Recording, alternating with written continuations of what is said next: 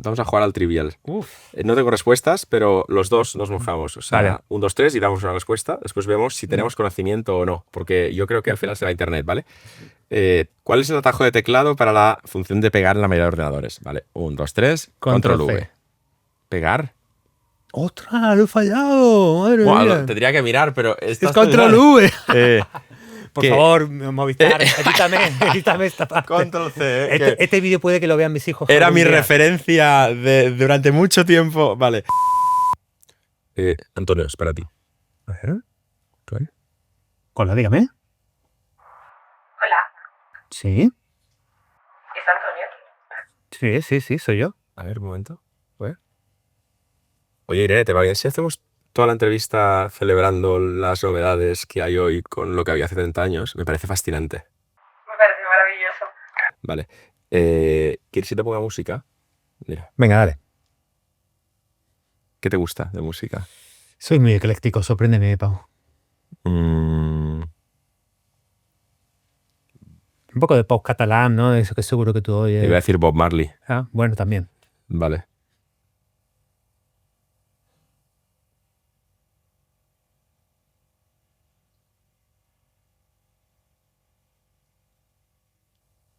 ¿Te gusta? Ahí está, sí. Qué bien suena. Sabes que antes empiezo conversaciones de Teams así, pero sin decir nada. Empiezo una videollamada con algún Vale. cliente o algo y digo, hola. Y se quedan mirando y no lo entienden. Y digo, no, es que no me he dejado los AirPods. Y estoy así un rato y es como que no son capaces de avanzar. Y dicen, es que es muy raro. Digo, es que si no, es que es por el altavoz, si no.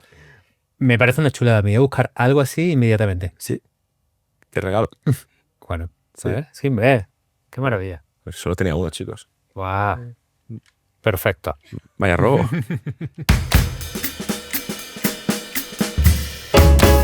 En la era de la IA, ¿qué será más importante? ¿Poder usar bien un prompt o una inteligencia artificial para que te dé la información que necesitas en ese momento? ¿O recordar qué pasó en ese momento de la historia que te permita ganar una partida de trivial o sacar una anécdota que nadie conoce en una conversación de bar? Yo no lo sé. Pero hoy, en Tecnología con Historias, voy a intentar responderlo con uno de los mayores expertos que hay en la intersección entre inteligencia artificial, tecnología y los inicios de Internet en España y algo que para mí me toca mucho la patata, que es lo que la siguiente generación, la de mis hijos, la de sus hijos, van a dedicarse cuando lleguen al mercado laboral.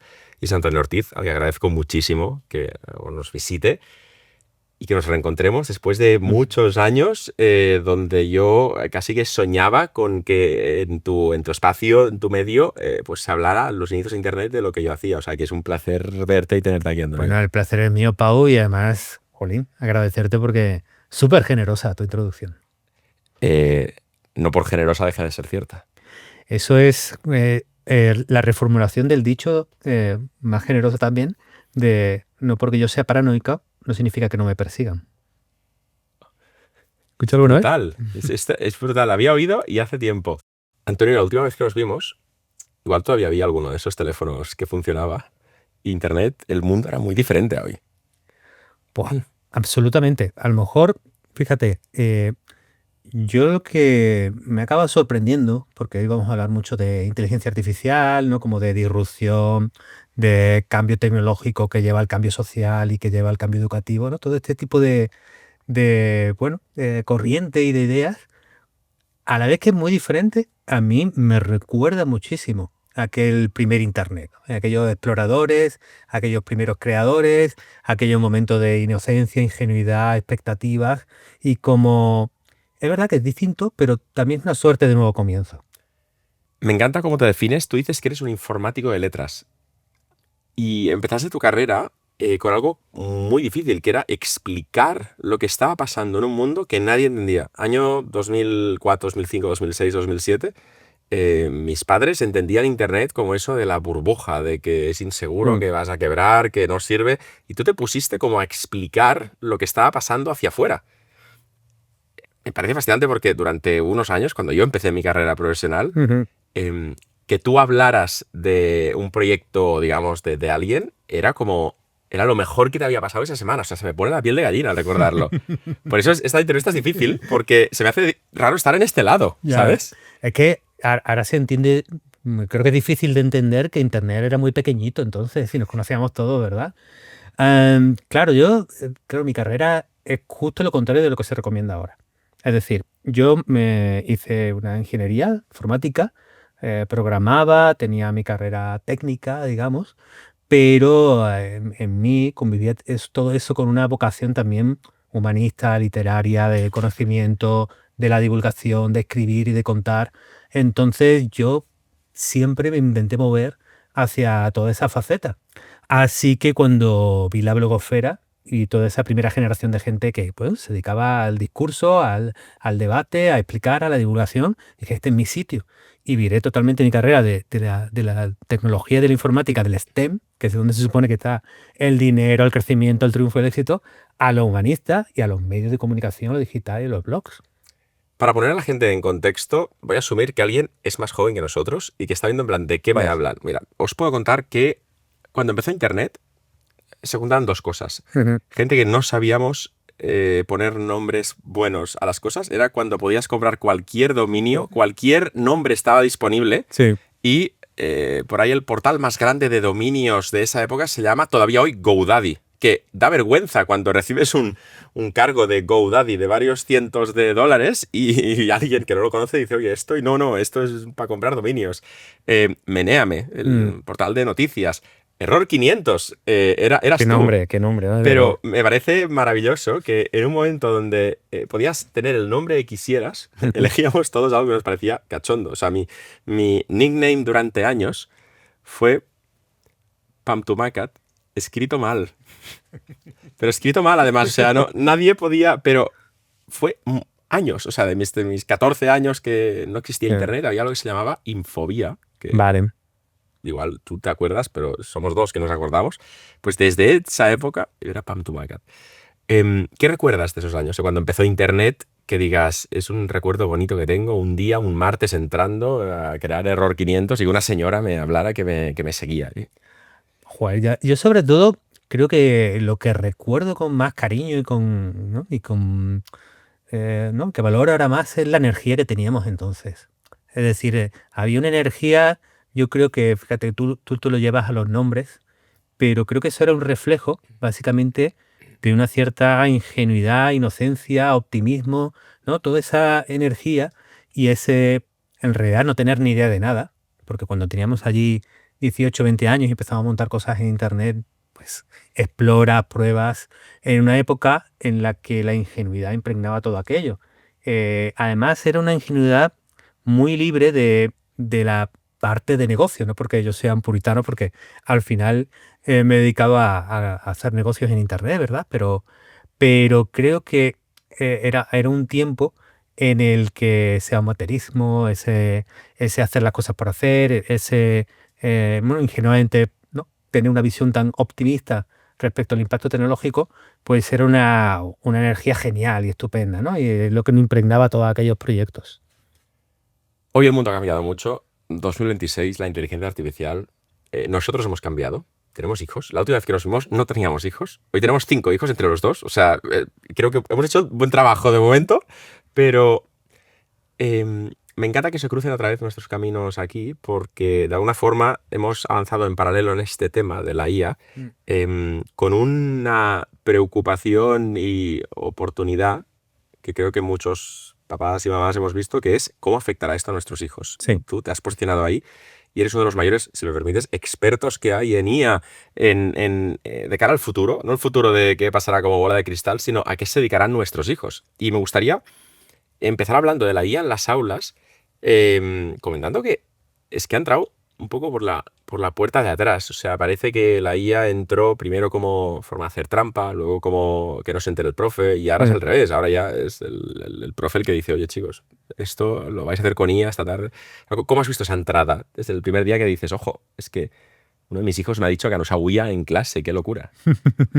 Yo creo que hay una cosa difícil para gente como tú y como yo, que es entender nuestros tiempos respecto a la gente normal, me refiero. Maravilloso. Es decir, me refiero, claro, los early adopters o los apasionados de la tecnología, que estamos siempre a lo último, que siempre queremos probar, que tenemos esa pasión por lo nuevo, que estamos, ¿no?, siempre leyendo, buscando, experimentando, tenemos una sensación de que esto ya está pasando y que tengo que, ¿no?, voy a utilizarlo todo. Y que de repente tenemos ese impulso interior que nos lleva a todo eso. Claro, la gente normal está a sus cosas. La gente normal tiene una vida. Me encanta la gente normal como concepto. O sea, no me gusta crear esa diferenciación, Antonio. Bueno, normal en este aspecto, ¿no? Entonces, claro, nosotros vemos lo de la inteligencia artificial y vemos muy obvio que hay que racionar, que hay que cambiar, que hay que modificar, que hay que adaptarse, oye, voy a apostar por esto. Creo que si eres muy ajeno, digamos, a todos estos debates, tú podrías decir, oye, me voy a posicionar respecto a la IA con mucho escepticismo, porque ya me contaron la Web3 y tampoco nadie usa criptomonedas en el día a día para comprar todavía, ¿no? O el metaverso, como tú dices. Entonces te llegan ecos, te llegan cosas de lejos, te llegan mensajes confusos, algunos de miedo, otros de que falla, y entonces la colocas en un cajón. Y la colocas en un cajón de, bueno, ya veremos si esto de verdad, pues dentro de 5 años lo miramos. Aquí estamos, dentro de al cabo de 5 años. Ahora estamos dentro de 5 años y esta sí era un cambio tecnológico potente. Yo creo que los que al final hemos apostado que esto es un paralelismo a cuando aparece la web y aparece Internet en nuestras vidas y que el cambio y el impacto va a ser de esa dimensión, creo que estamos en esa línea de que hay que tomarse muy en serio, hay que mirarla, hay que estudiarla, hay que incorporarla, hay que criticarla, ¿no? Hay que hacer todo eso. Y el golpe de realidad creo que está llegando dosificado, ¿no? Está siendo distribuido por capas. Entonces, hemos visto un caso muy claro. Los alumnos, chavalines y chavalinas, han sido mucho más rápidos y mucho más vivos a la hora de decir esto me sirve para algo que el conjunto del sistema educativo, por así decirlo, ¿no? Bueno, a veces, o sea, siempre pasa que el chaval es más avispado y detecta pues, una forma de hacer más llevadera su etapa académica. Y lo digo sonriendo porque al final es muy fácil decir, es que ahora hay alguien que ha usado ChatGPT para hacer los deberes. Es que siempre hemos hecho trampas. Antes de ChatGPT había el Rincón del Vago, antes había Wikipedia, Hubo una época de hacer trampas, cuando yo era pequeño, era el afortunado que tenía la enciclopedia en casa con todos los volúmenes, los libros, porque claro, hoy es inimaginable, pero hubo una época en que tener una enciclopedia te costaba a veces como un tercio de un piso en Madrid. Entonces, claro, la pagabas durante muchos años y quien tenía la enciclopedia en casa podía hacer trampas. Pues a ti te cerraban la biblioteca o tus padres te decían que tenías que estar a las 8 en casa, pero ese chaval se ponía a las 11 de la noche a hacer el trabajo y tú no podías. Entonces, claro, siempre ha existido eso. Y hace 100 años o 200, pues el que le podía pagar un dinero a otro que era más listo que le hiciera el trabajo. Entonces, la diferencia, yo creo, es que hoy es más indetectable. Con lo cual, ya no nos sirve la política de si te pillo, te castigo, te suspendo, te expulso, sino que nos obliga a desaprender, a aprender cosas. Y este cambio en el sistema educativo, yo creo, por ejemplo, hace tiempo entraron todas las pantallas de golpe por pantallas. Hay que poner pantallas en las aulas. Sí. Y de repente se dieron cuenta de que no era tanto el poner pantallas, sino que se hacía con ellas. No sé cómo estás aquí con tus hijos, de me encanta que usen tecnología en el cole, o eres como Mark Zuckerberg que dice solo cosas de madera. Mira, hay dos cosas muy interesantes que me gustaría comentar de lo que has dicho. Una, empezamos por lo último. Una es que también la inteligencia artificial llega en un momento de la relación de la sociedad y del sistema educativo y de nuestra preocupación con los jóvenes y lo digital y la tecnología bastante complicado. Si empezábamos hablando de la época del optimismo, ¿no? Esa época del optimismo con respecto a lo digital también fue en lo educativo, ¿no? El portátil de Negroponte, si le damos un portátil a todos los niños del mundo, pues mejorar la educación. Laptop per child. Era un ordenador como de $99 que era chulísimo de diseño. Lo podéis buscar, es que es muy guay. Y que podías comprar uno y pagabas pagabas 200, entonces te recibías el tuyo en el mundo rico, y digamos en tu casa, y estabas comprando otro para alguien que no se lo pudiera permitir. O sea, me parece brutal esta referencia. Claro, y bueno, con respecto a la educación, como tendremos todo el conocimiento disponible a un clic, pues claro, eso será fenomenal para la educación y socialmente las cortapisas que controlaban la opinión pública y la posibilidad de los ciudadanos de relacionarse, coordinarse y comunicarse entre ellos, pues nos llevaría a más democracia, ¿no? Era todo ese corriente tecno-optimista en la década pasada empezó a virar empezó a virar a que empezamos a ver las externalidades negativas de mucha parte de este cambio tecnológico y digital. Y empezamos a hablar de la déficit de atención, de los problemas de los chavales con respecto a su experiencia quizás demasiado digitalizada, demasiado a la pantalla. Vemos que estas empresas son extractivas y se quedan nuestros datos. Democráticamente vemos que al final las dictaduras son capaces de cooptar Internet y que esto tampoco es el sumo de la democracia. Y vemos que hay corrientes muy antidemocráticas que utilizan Internet. Es decir, empieza a haber una visión con respecto a Internet y lo digital bastante más de vuelta, ¿no? Bastante más como situando, oye, esto lejos de ser jauja, en realidad tiene muchos aspectos negativos. Y en la educación y los niños, y estamos justo en ese momento en el que la corriente es menos pantalla, volvamos a cosas más tradicionales, lo que siempre nos ha funcionado. Es decir, y ahí mi opinión es que hay un acierto en decir que ha habido un exceso, quizás en el tecnooptimismo y en pensar que la tecnología por sí misma, por supuesto, va a mejorar la educación, por supuesto, creo que eso es así un exceso, y quizás en la reacción también es posible que nos excedamos. También es posible que estemos en un tris de llegar al cero absoluto respecto a lo digital, Internet, con respecto a los chavales, y eso no, en mi opinión, y así es como lo veo con mis hijos, eso no los prepara para un mundo, que es un mundo en el que lo digital tiene un peso enorme, y tienen que aprender a manejarse en ese mundo. Yo como lo veo es que la historia se repite y que es brutalmente cíclica, que las personas que llevamos pues como 20, 25 años trabajando, la sensación de esto ya lo he vivido, a veces te hace decir, ojo, es que estamos siempre flipando como esto es nuevo. Por ejemplo, al principio de los 2000 la tendencia era hay que descentralizar Internet para pues que no se controle desde unos pocos puntos, que sea de todos, ¿vale? Se crea un primer intento web descentralizada donde entonces la gente ve que es posible porque al final necesitan un punto único para encontrar una plaza pública, con lo cual, digamos, pasamos del auge de los blogs a el auge del microblogging, aparece Twitter, con lo cual se centraliza todo. Entonces pasan 10 años y otra vez es peligroso que esté todo el poder ahí, hay que descentralizar. Se vuelve a descentralizar, aparece blockchain. De repente Elon Musk compra Twitter. O sea, es como que tú ves que hay al final un ir y volver constantemente de desde dónde sale la información y si está en un punto centralizado, porque es muy cómodo tener una plaza a la que ir. Pero por el otro lado, mucha gente dice, no, pero es que es peligroso porque la plaza ahora pertenece al señor más rico del mundo. Entonces, claro, con la IA... en el fondo pasa un poco lo mismo, que das una herramienta, dices, a cualquier chaval del mundo, sin importar, digamos, si hace 10 o 20 años se hubiera podido permitir económicamente su familia poder acceder a este nivel de conocimiento y capacidades, le estás diciendo, toma, tienes toda la inteligencia artificial, tienes las mismas herramientas que tienen en un instituto privado de Suiza. Esto es algo bueno. Pero ¿qué pasa si el de al lado, en Suiza o donde sea en el mundo que no tiene las mismas posibilidades, lo usa para hacerle bullying? O sea, que al final no es tanto la tecnología, sino es lo que se hace con ella. Igual me estás viendo como tecno-optimista, pero yo veo que en el fondo debería pesar más el ofrecer oportunidades de verdad a los que antes no las tenían. Sí, yo soy optimista. Es decir, creo que no podemos tener un optimismo ingenuo, pero creo que al final tanto los individuos como las sociedades que quedan apalancadas en el pesimismo, en ser reaccionarios, en volver siempre a un lugar pasado nostálgico que nunca en realidad fue tan bueno como lo estás pintando, creo que esos son caminos muertos. Y que un optimismo informado, realista, pues que es mucho más fructífero y mucho más sano. De todas maneras, optimismo informado, me encanta. Soy optimista informado. Me lo voy a poner me en lo el voy a apuntar. El punto, recuperando lo que tú decías antes, claro, la inteligencia artificial no inventa las trampas.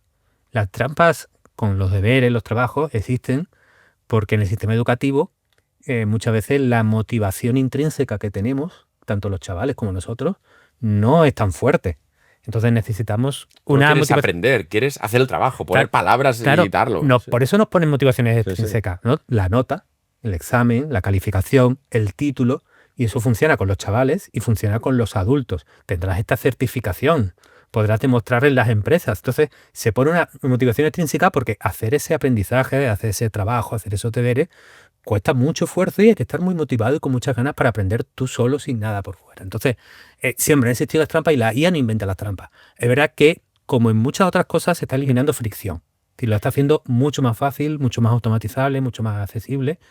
Entonces, claro, no creo que tenga que eso en realidad hacer una enmienda a la totalidad de la educación, sí una pequeña revisión de dos cosas. Una es cómo hacemos esas motivaciones extrínsecas, esas evaluaciones. Probablemente tendremos que cambiarlas para hacer las prácticas y que sigan funcionando. Y lo segundo, básicamente, es que de alguna manera creo que tenemos que conseguir convencernos y enseñar a no usar la inteligencia artificial aunque sea mejor que nosotros en algo. Aunque te dé resultados excelentes, hay momentos en que hay más valor en renunciar a ello. Y en el proceso educativo y en el proceso creativo muchas veces tenemos este escenario. ¿Tú hacías trampas de pequeño? Muy pocas. Yo tampoco. Me gustaría que me digas dónde estás. La IA en este lado es una herramienta revolucionaria, es lo mejor que le ha pasado al colegio en toda la historia. Aquí es una crisis de modelo y es un peligro, una amenaza a nuestro sistema educativo. ¿Dónde estás?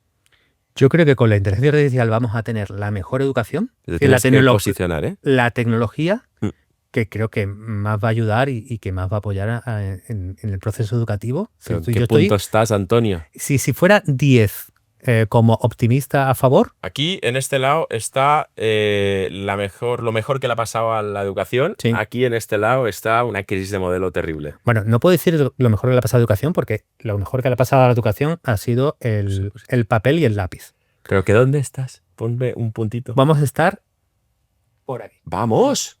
Yo estoy muy optimista. ¿Vamos? Yo vivo aquí. O sea, tú estás en el 12. Ya, he hecho trampa. No.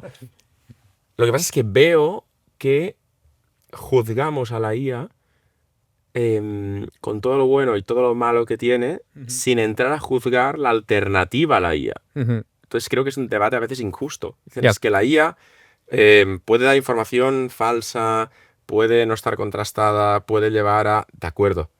Pero si quitas eso de ahí, no hay el vacío absoluto, el espacio exterior. Hay lo que se hacía antes, los buscadores, y eso es mucho más peligroso, porque al final no hay un análisis de intencionalidad. Es abrir una caja de Pandora a que un chaval de 9 años pueda acceder a cosas que no lo sabe, pero no quiere ver. Se piensa que quiere ver, pero no quiere ver. Con lo cual, al final, justamente, veo que la IA, con todas sus carencias, tiene una ventaja brutal, que es que te permite, sin prohibir, hacer que la tecnología te ayude en tu labor de preocuparte por que haya un desarrollo sano del cerebro. Yo con pocos años se me ocurrió ponerme a buscar por internet cosas que no debería haber visto. Y hablo de que también en esa época había páginas pues de cosas malas, de accidentes, de tal. Y claro, tú tienes la curiosidad, sí, pero esas imágenes no te las quitas de la cabeza y tienes esa edad, ¿no? Entonces, yo creo que justamente la IA nos protege de nosotros mismos. Y obviamente esto genera un debate de es que yo no quiero que una tecnología me sea paternalista. ¿De verdad no lo quiero? Ya. Yo tengo dudas. Yo, mira, una de las partes por las que soy optimista es porque es una tecnología en la que de alguna manera podemos conseguir calibrar nosotros el algoritmo como queramos.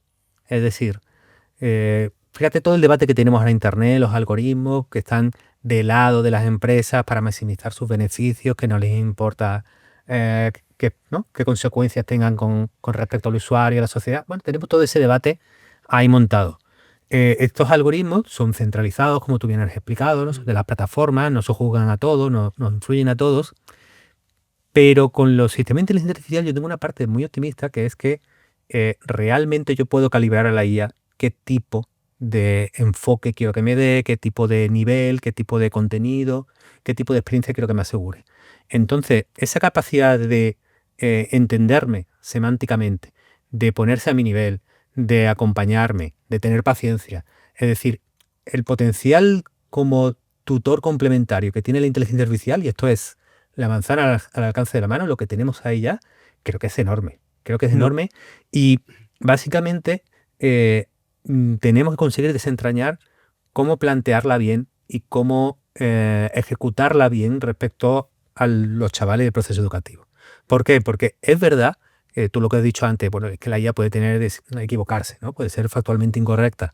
Fíjate, yo creo que el mayor riesgo que tenemos ahora en el debate sobre la mesa tiene que ver con este concepto acuñado recientemente de la descarga cognitiva. Es decir, que parte de lo valioso del proceso educativo, de hacer los deberes, de hacer un trabajo, de programar tú mismo o de cualquier otra de estas tareas, es que en ese proceso hay un entrenamiento cognitivo, ¿no? Entonces, el proceso por el cual yo le doy un prompt a la máquina y me lo da todo hecho, es una suerte de sedentarismo intelectual. Es decir, igual que teniendo coches, metros, etcétera, nos acostumbramos a no andar, no movernos y nos hemos vuelto físicamente pues, en situaciones muy problemáticas, ¿no? De obesidad, de baja forma, de mala salud. Sí, igual que ha habido ese efecto físico, el mayor temor que tenemos con la inteligencia artificial es que vayamos a un sedentarismo intelectual, que todo lo que nosotros ejercitamos, leyendo por nosotros mismos, escribiendo por nosotros mismos, haciendo los deberes, los trabajos por nosotros mismos, no vayamos a una pereza. Entonces, yo creo que parte de que la IA podamos verla como un valor positivo y realmente lo sea en el proceso educativo, tiene que ver con que sepamos reenfocarla. No una IA que me hace el trabajo, sino una IA que me acompaña, que me interpela, que me pregunta, que me amplía y que de alguna manera es usada de esa manera en el proceso. Hay una idea tuya que me parece buenísima, que dijiste una frase de esas que hay que poner en piedra y poner copyright, que me parece brutal. Dijiste... el nuevo alfabetismo, el nuevo analfabeto es el que usa la IA como si fuera un oráculo, como quien va a buscar esa verdad absoluta. La leí y pensé, ¡pum! Copyright, Antonio Ortiz. Y yo a veces lo hago. Yo a veces lo hago y me acuerdo de ti. Porque a veces, no sé, tengo un problema o tal, y le pregunto y lo que me da la IA durante un microsegundo, lo tomo como... Y ya está. No puedo entender porque no soy experto en este campo, pero esto es la verdad absoluta. Como apareces tú, en mi cabeza diciendo, estás cerca del analfabetismo, Pau. Yo, espera, voy a contrastar, voy a buscar.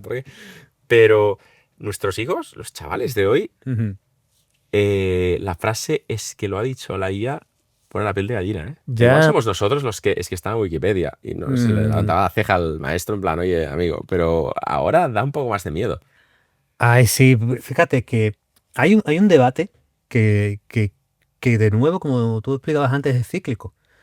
Fíjate, en aquellos tiempos de Wikipedia, Internet, toda la información, todo el conocimiento disponible, empezó a circular esa idea de, oye, pues ahora el conocimiento no es tan importante. ¿Por qué? Porque si está a un clic, tú lo buscas en Google y lo tienes. Entonces, de repente, tampoco va a ser tan valioso para la gente tener conocimiento. Está simplemente al alcance de la mano y, por lo tanto, ¿para qué vas a almacenar? ¿Para qué vas a saber? ¿Para qué te vas a cultivar? ¿No? Qué pena, ¿no? O sea, y lo bien que quedas cuando un día sin ordenadores empiezas a hablar de lo que pasó en el accidente de Chernóbil y con mucho detalle. O sea, esas cosas... Bueno, pues con la inteligencia artificial, de alguna manera, vuelve otra vez esos ecos de aquellos ecos de Vietnam, ¿no? De aquellas exposiciones. Yo, al contrario, soy un súper defensor del conocimiento y de cultivarnos, de saber, de conocer, de formarnos. Y creo que en la época de la inteligencia artificial eso no se devalúa, no se hace más inútil, no se hace por romanticismo, sino que a la vez va a ser valioso, práctico y necesario. Me encanta que me digas esto porque yo tengo una idea muy recurrente que me gusta contrastar con personas, que es que todos tenemos un área de conocimiento que no nos toca. Si una persona ha estudiado pues Bellas Artes, es experta y tal, y de repente dice, es que me paso mi tiempo libre mirando la evolución de los motores de la Fórmula 1, tal. ¡Wow! En mi caso, podría ser el accidente de Chernóbil, que pasó justo antes de que yo naciera, y de pequeño ya me empecé a mirar lo que pasaba, me empecé a obsesionar en entender qué había pasado, los errores humanos, te podría explicar qué pasó cada hora, los 52 segundos que duró la prueba, qué falló, cómo funcionan esos reactores. O sea, no sé nada de ese mundo, pero esta historia me fascina al nivel de entender los nombres, hay una persona desaparecida, hay bueno, en fin, todo. Sí. Pero no sé nada más de eso. Qué maravilla. En tu caso, ¿cuál es ese espacio de conocimiento que está en tu cerebro ahí guardado y que no tiene nada que ver con nada de lo que has estudiado o te dedicas, pero que me ganarías al trivial con esto? Mira, te iba a decir, es que claro, según te escucho, yo creo que ahí sí somos algo diferente.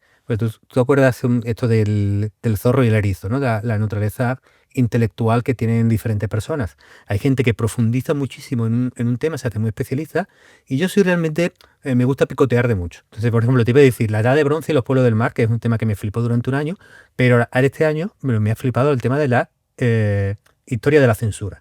Entonces estoy leyendo a un Wow. tipo que ha estudiado la censura en la Francia borbónica, en el imperialismo británico de la India y en la República Democrática Alemana antes de la caída del muro. Pensaba Entonces, que me iba a decir Donald Trump cuando hacía... Y no, o sea, dame un dato que me deje alucinado de la censura de la Francia borbónica. Es como son 3 derivadas que perdería cualquier discusión de cualquiera de las 3. bueno, es súper interesante porque al final, aunque se suele ver que los censores realmente eran como un apéndice del poder que sojuzgaban el tema religioso y político para dominar la opinión pública, eso era una parte de verdad, pero en otra parte eran realmente un componente más del mundo editorial.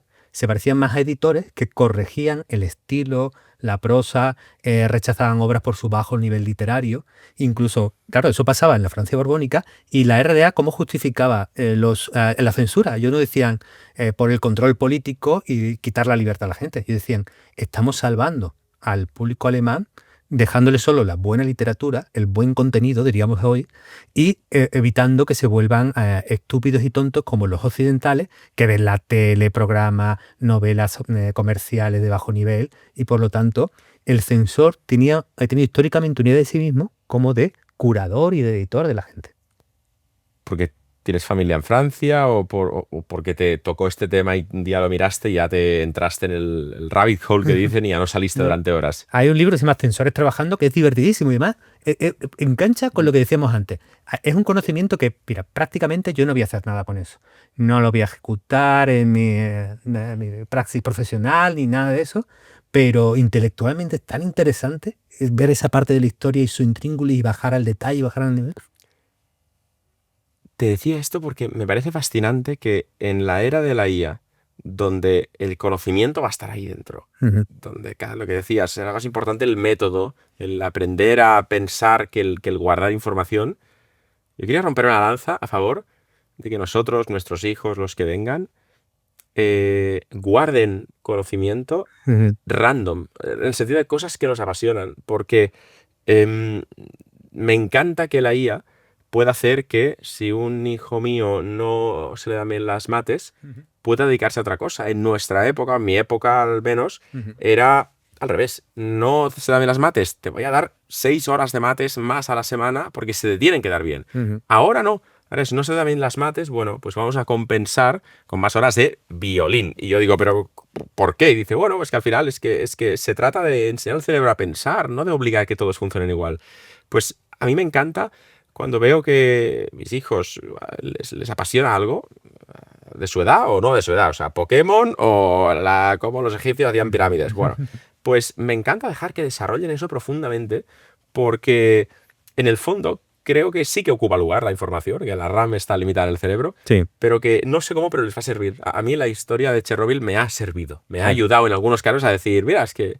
Entonces, ¿estamos de acuerdo que algo inútil como guardar información puede ser útil en una era donde la información la tendrá todo el mundo instantáneamente y además bien masticadita? Mira, yo te voy a intentar hacer una defensa fuerte de por qué creo que el conocimiento hay que abrazarlo, apostar por él y doblar la apuesta, si me permiten, ¿no? Primero, porque hay una satisfacción íntima y hay un placer enorme en el momento eureka del conocimiento. Sí. Es decir, por ejemplo, yo que en el momento me flipo la matemática. El momento que tú entiendes los teoremas de incompletitud de Gödel o el teorema de Cantor de la... O sea, me siento analfabeto. O sea, ¿qué no, es? pero ese es un momento maravilloso. Es que el momento en el que el siglo XX Gödel pues, establece unos límites epistemológicos para la matemática, ¿no?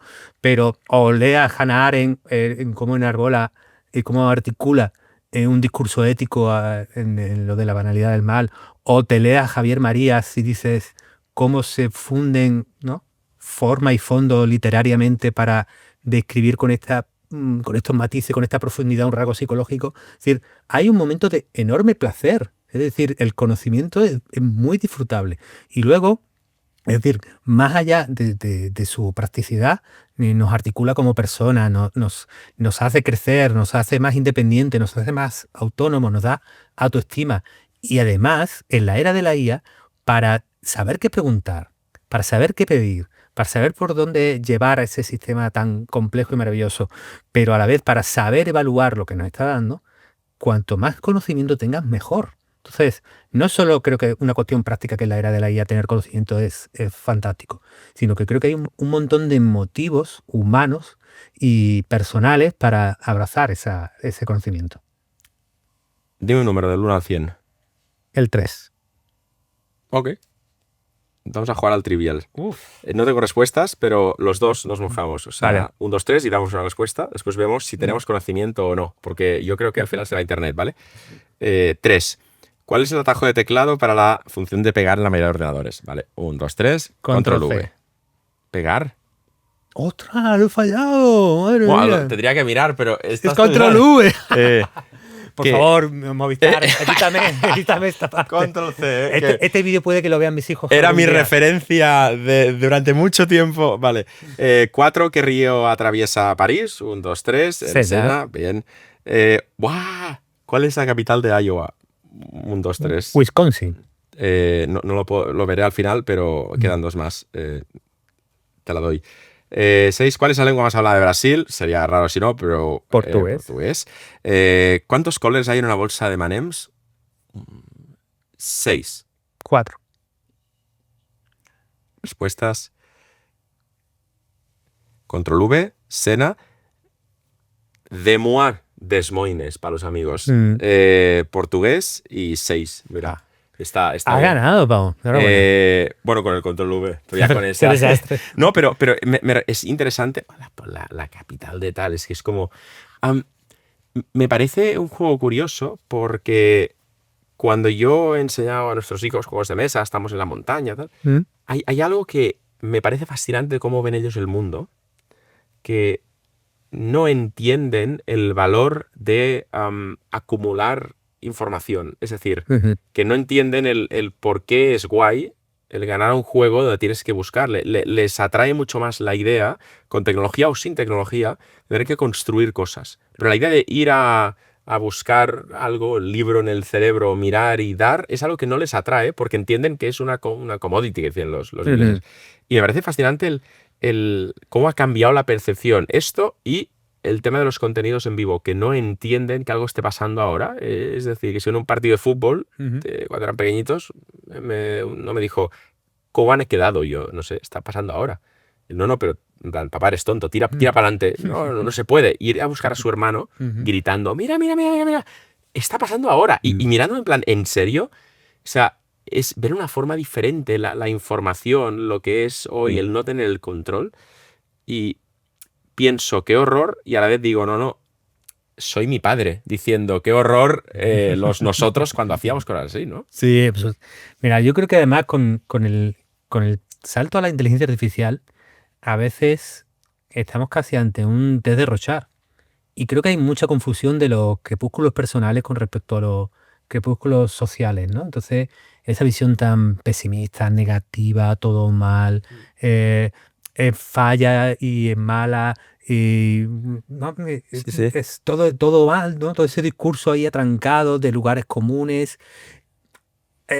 Se está vendiendo como una suerte de, no, yo es que sí soy escéptico y yo sí soy crítico, no como vosotros que le compráis todas las grandes tecnológicas.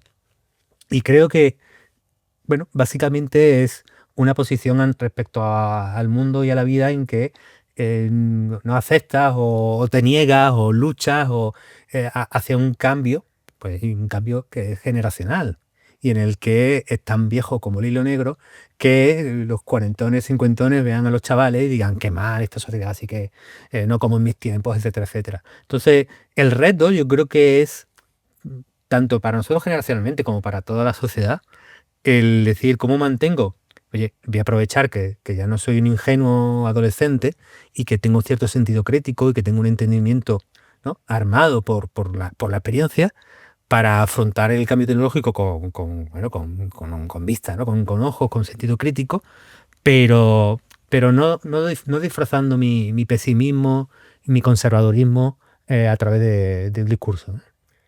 La persona culta del mañana, o sea, cuando la siguiente generación tengan 30, 40 años, es el que sabe usar Claude, ChatGPT mejor que nadie, o el que ha leído Descartes, va a decir Descartes, ya me descarto a mí mismo por la pregunta, pero es el que la idea de una persona culturizada, una persona que es muy culta, ¿cómo será dentro de 30 años? Yo creo que ahora mismo lo que más valoraría, y fíjate, me voy a Sí. salir de todo lo que hemos hablado, es alguien que sepa, más bien que sepa, no, que sea capaz de leer con profundidad, manteniendo la atención durante mucho tiempo, y que pueda profundizar en un tema lo suficiente, y que eso va a marcar una diferencia significativa. A lo mejor no es leer con profundidad solo, sino mantener la atención y profundizar en un tema, a veces también a través del vídeo o del audio, como estamos haciendo hoy, pero creo que algo que yo vigilaría muchísimo en los sistemas educativos actuales y en el desarrollo de los chavales es tener mucho tiempo de lectura. ¿Te puedo confesar algo? Es que me pondré a llorar, es que yo lloro por todo, pero ¿sabes que durante muchos años de mi vida hubiera dicho a chorrada? Porque era incapaz de hacerlo. Y sabes que el primer novela entera que me he leído fue a los 37 años. Madre mía. Y es que para mí es una chorrada, pero es que es muy importante para mí porque nunca había conseguido parar y leer. O sea, había leído leo muchísimo cada día. Me dabas un manual del año 2005 de PHP 3 y yo me lo comía entero. Pero una novela no podía. O sea, me generaba ansiedad. Y bueno, el descubrirme la salud mental, el TDAH, los diagnósticos tardíos. De los 37, un amigo me regaló un libro, La sombra del viento. Y me lo llevé a San Francisco en un viaje y me pasé 9 horas de vuelo. Mira, que al nivel que me pararon al llegar. O sea, yo creo que me vieron ahí todo el rato solo leyendo, o sea, casi no comí y tal, y yo pensaba que llevaba droga, o sea, que me hicieron una entrevista y me...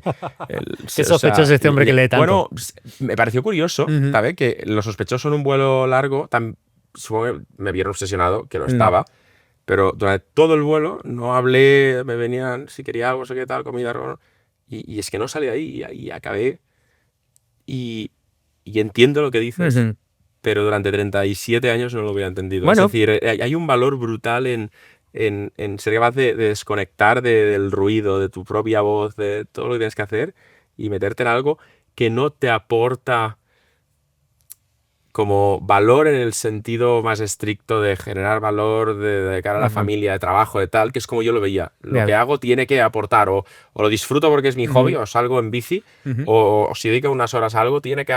Y cuando paras, un libro es un ejemplo de algo que te aporta valor a tu salud mental, pero que no te ayuda a llegar a fin de mes. También es muy interesante tu caso, Pau, porque tú eres un outliner, ¿no? Es decir, tú desarrollas una carrera de éxito en las clases del conocimiento y la creatividad, ¿no? En ese punto de trabajo, pero tienes un perfil ¿no? como el que tú has dicho, ¿no? Con una atención menos concentrada en un libro de ponerle muchas horas, pero a la vez probablemente eso te ha otorgado otra ventaja para otro conjunto de tareas, ¿no? De ser multitarea, atender a todo, estar a un ritmo mental súper alto. Pero por eso celebrar el poder ser normal. O sea, justamente mi madre diría, pero qué tontería que celebres tanto. O sea, le dará vergüenza. Espero que me veas, mamá.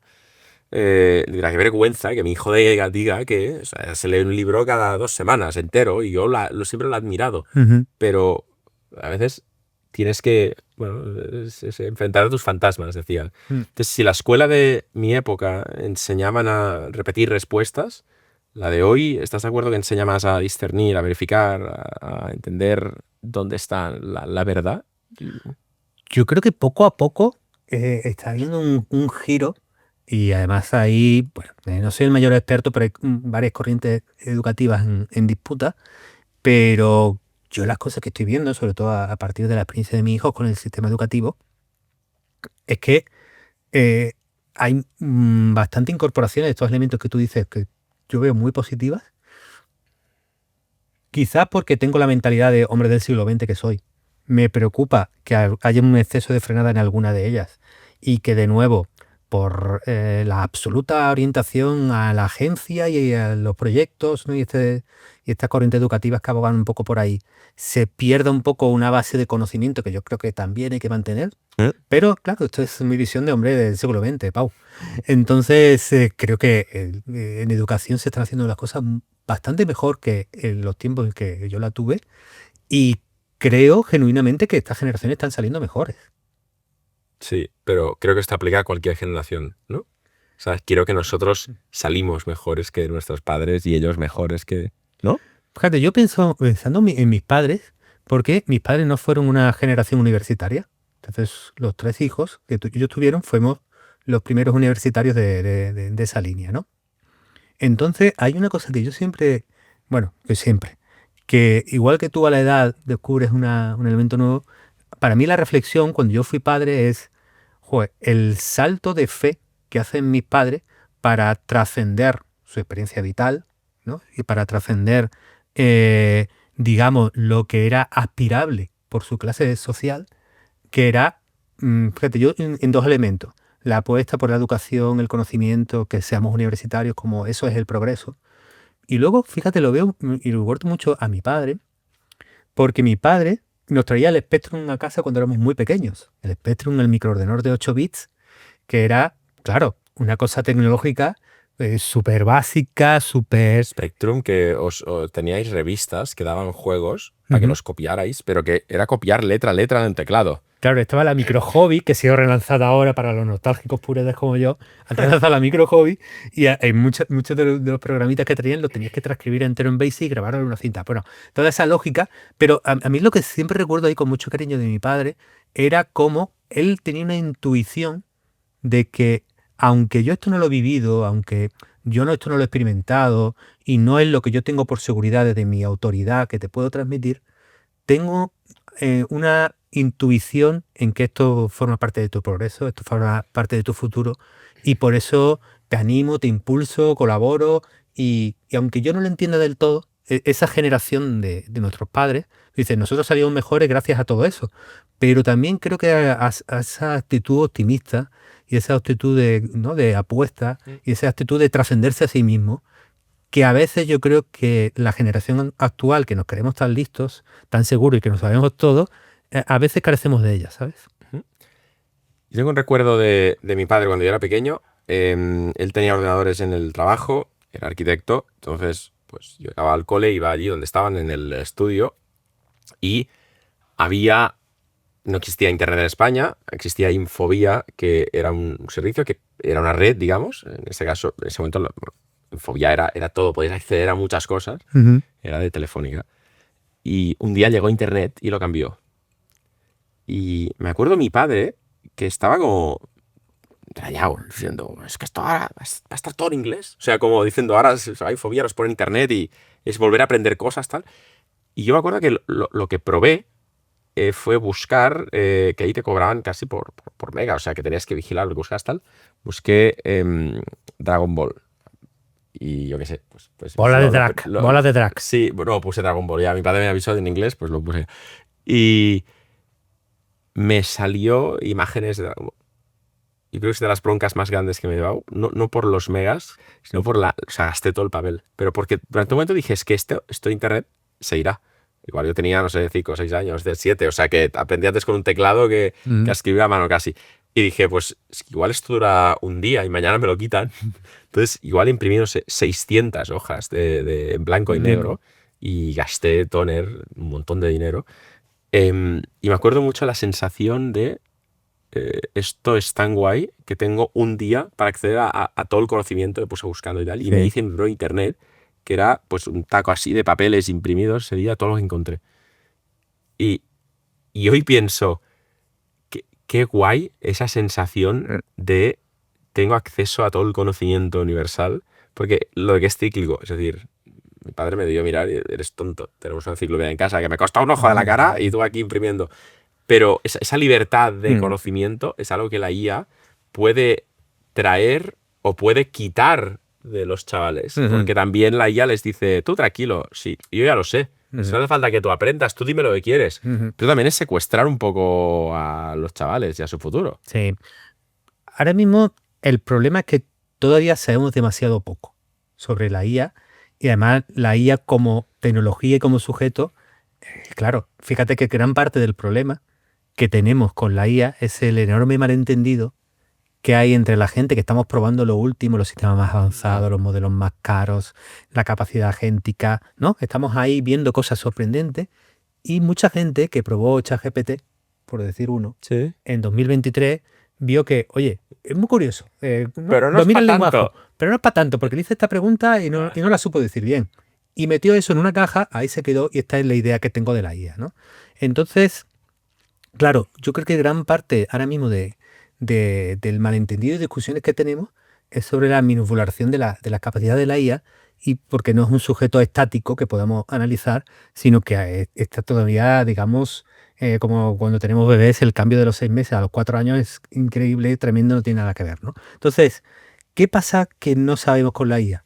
Pues nos falta estudios y ciencia sobre impacto en los chavales, en la educación, en el conocimiento, en las competencias, en todo.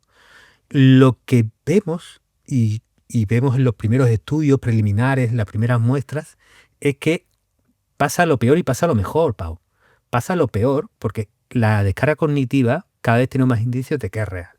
De que los sujetos que delegan en la IA todo ese trabajo de esfuerzo, de pensar, de redactar, de escribir, de darle vueltas, al final salen del proceso final sabiendo menos.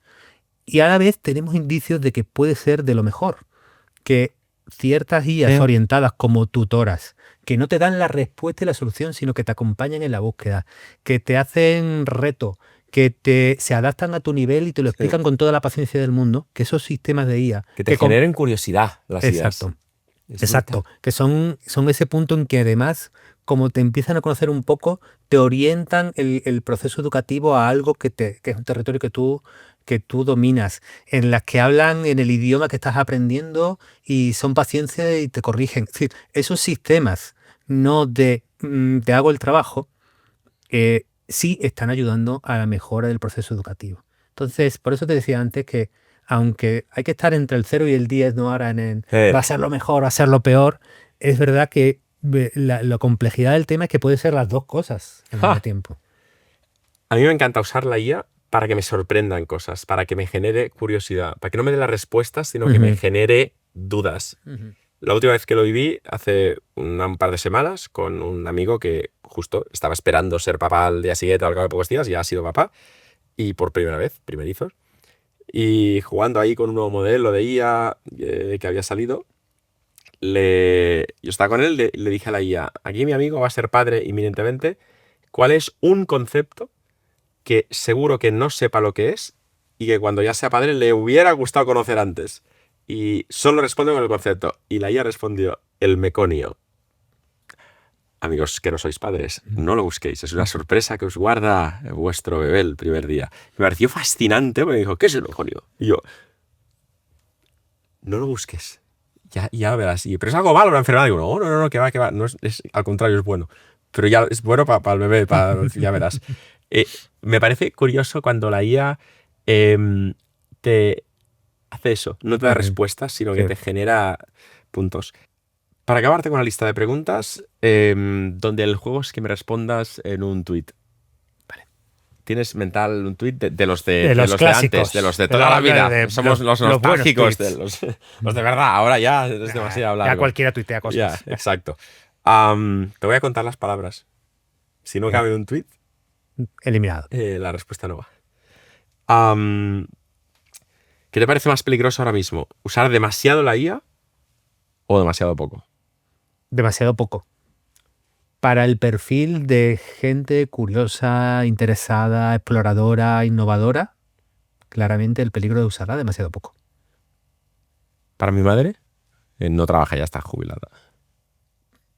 Fíjate, no lo veo peligroso. Es decir, también soy muy enemigo del FOMO, de te vas a quedar fuera, tienes que estar en lo último, te vas a quedar desactualizado. Mira, esos discursos son exageraciones y chorradas la mayor parte del tiempo. Entonces, si lo disfruta, le interesa y le genera curiosidad, pues ole. Ole. Brutal. ¿Ya?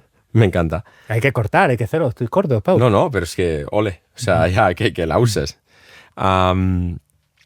Si, si tuvieras delante a alguien que diseña políticas educativas, ¿qué le dirías que ya no puede seguir haciendo que hacía los últimos 5 o 10 sus predecesores?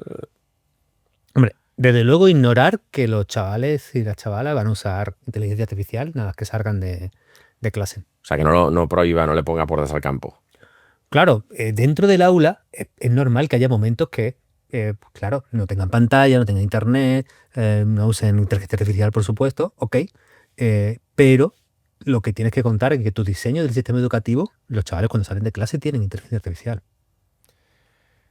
Déjame una idea para un docente que nos esté viendo, un profe, que diga, me ha gustado, ¿cuál es la siguiente parada de mi camino? ¿Qué hago? Next steps. Una idea para docentes que educan a todas las edades, la que sea, para entender la IA.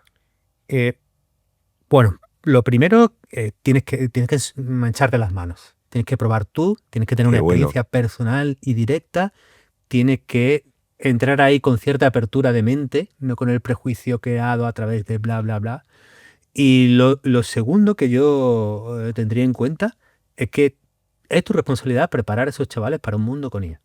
Entonces, las poses de totalmente ignorarla, las poses de que esto es ajeno completamente a tu mundo y a tu praxis, hombre, yo creo que habría que moderarlas. Una cadena de tweets, pero te lo compro porque me ha He gustado. hecho un hilo. Un hilo. Antes eran cadenas de tweets, ¿eh? Era el concepto hilo vino... Que desde que se quitó el retweet manual se ha perdido todo. ¿Se quitó el retweet manual? ¿Cómo? Claro, cuando ponías RT. ¡Oh! Me encanta. Perdón. Yo me siento mucho más joven porque he visto cómo hace 20 años. Retweet manual, amigos, era cuando no existía el retweet. Y tú escribías RT espacio y copiabas. Copiabas, ¿sí? Un tweet de otra persona. Entonces, alguien dijo, vamos a poner un botón para que sea el tweet original el que tal. Retweet manual, brutal. Y para padres y madres, ¿qué nos dices a los padres que tengamos chavales en el cole de cara a la IA? Sobre todo le diría que relajen con el pánico. Nos adaptaremos, como hemos hecho siempre, como ha hecho siempre la humanidad, como ha hecho la sociedad y como han hecho los chavales, que casi siempre son los que tienen la mente más abierta, más fresca para el mundo del mañana. Entonces, hay que estar ocupados con este tema, pero no infinitamente preocupados. No es el apocalipsis, nos adaptaremos. ¿Que se manchen las manos también? Lo puedo meter ahí, es que me ha Sí. encantado. Es que me ha encantado el que se manchen las manos. Si tú quieres acompañar a tus hijos en el mundo que viene, pues tienes que estar en lo digital, tienes que estar porque el mundo se funciona Sí. cada vez más y las cosas más importantes de la vida de tus hijos ya pasan en digital. ¿Dónde se encuentran trabajo? ¿Dónde demuestran sus capacidades? ¿Dónde se informan? ¿Dónde comunican y crean? Todo eso está pasando en digital. ¿Tú quieres acompañarlo? Pues tendrás que estar también ahí en ese mundo digital. Tienes que conocerlo. Pues eso ha sido la asignatura de los padres de nuestra generación, de los que tienen ahora más de mi generación, que los tengo mayores que el tuyo, pero los que tienen los niños pequeñines, va a ser una parte digital, una parte va a ser IA. Entonces, tienes que meterte en ese mundo también. A mí me pasa que a nivel de generaciones, yo solo veo 2. O sea, ¿tú de qué año naciste? Yo nací en el 77, amigo. Mira, 10 años, 87. Creo que igual nos tocan 2, pero por poquito, 10 años de diferencia. Pero es cierto que nos veo iguales, es decir, veo los que sabemos, los que recordamos cómo era trabajar antes de Internet y los que no. Entonces es como que solo hay 2 generaciones, ¿sabes? No veo diferencia. Se partió la historia en 2. Sí. Qué pena el 77. La mejor cosecha es justo entre 85 y 92. Ahí hay bocate de cardinales. Referencia que no he entendido, pero me parece brillante. Claro, es más del 77. Es una persona culta y yo pues tengo que entender mi rol. Y por último, el mensaje que le darías a quien tenga delante el legislar la educación. Es decir, arriba del todo, al presidente de un país o al ministro de Educación sobre la IA. Que se manche las manos, lo primero. Primer tuit, porque sí me ha encantado. Y después... Cambiando un poco de tercio, Pau, yo al gobernante le diría que escuche a los docentes y a su experiencia de batalla en primera línea, porque escuchar a los investigadores es necesario, escuchar a los tecnólogos que estamos probando en la última parte de la tecnología creo que es necesario y eso va a aportar al debate. Pero la primera línea de docentes que está viendo los efectos ya con los chavales y está luchando con eso, yo creo que es la primera prioridad que debe tener cualquier gobernante, por supuesto. Que se haga transparente, que se ponga de lado y deje que... Voy a brindar por esto. Me Vale. parece brillante. ¿Salud?